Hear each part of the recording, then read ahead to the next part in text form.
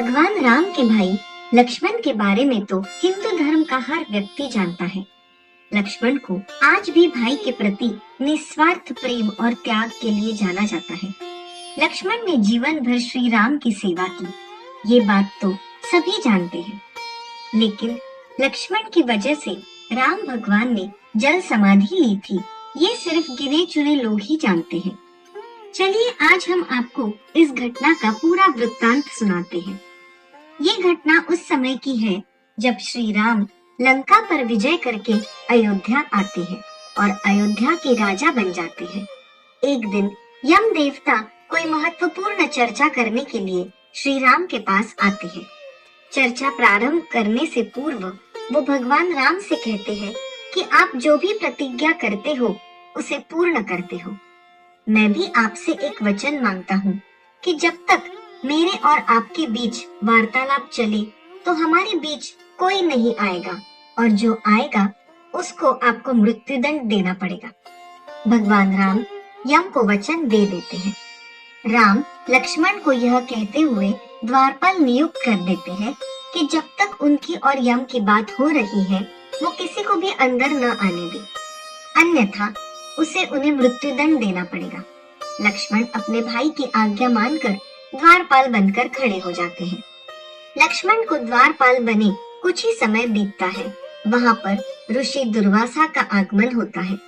जब दुर्वासा ने लक्ष्मण से अपने आगमन के बारे में राम को जानकारी देने के लिए कहा तो लक्ष्मण ने विनम्रता के साथ मना कर दिया। इस पर दुर्वासा क्रोधित हो गए तथा उन्होंने संपूर्ण अयोध्या को श्राप देने की बात कही। लक्ष्मण समझ गए कि ये एक विकट स्थिति है जिसमें या तो उन्हें राम आज्ञा का उल्लंघन करना होगा या फिर संपूर्ण नगर को ऋषि के श्राप के अग्नि में झोंकना होगा। लक्ष्मण ने शीघ्र ही ये निश्चय कर लिया कि उनको स्वयं का बलिदान देना होगा ताकि वो नगर वासियों को ऋषि के श्राप से बचा सके। उन्होंने भीतर जाकर ऋषि दुर्वासा के आगमन की सूचना दी। राम भगवान ने शीघ्रता से यम के साथ अपनी वार्तालाप समाप्त कर ऋषि दुर्वासा से भेंट की, परंतु अब श्री राम दुविधा में पड़ गए क्योंकि उन्हें अपने वचन के अनुसार लक्ष्मण को मृत्युदंड देना था। वो समझ नहीं पा रहे थे कि वो अपने भाई को मृत्युदंड कैसे दे, लेकिन उन्होंने यम को वचन दिया था जिसे निभाना ही था। तो भगवान श्री राम ने सोचा कि लक्ष्मण को मृत्युदंड देने से अच्छा ये होगा कि वह लक्ष्मण के साथ खुद भी जल समाधि ले ले।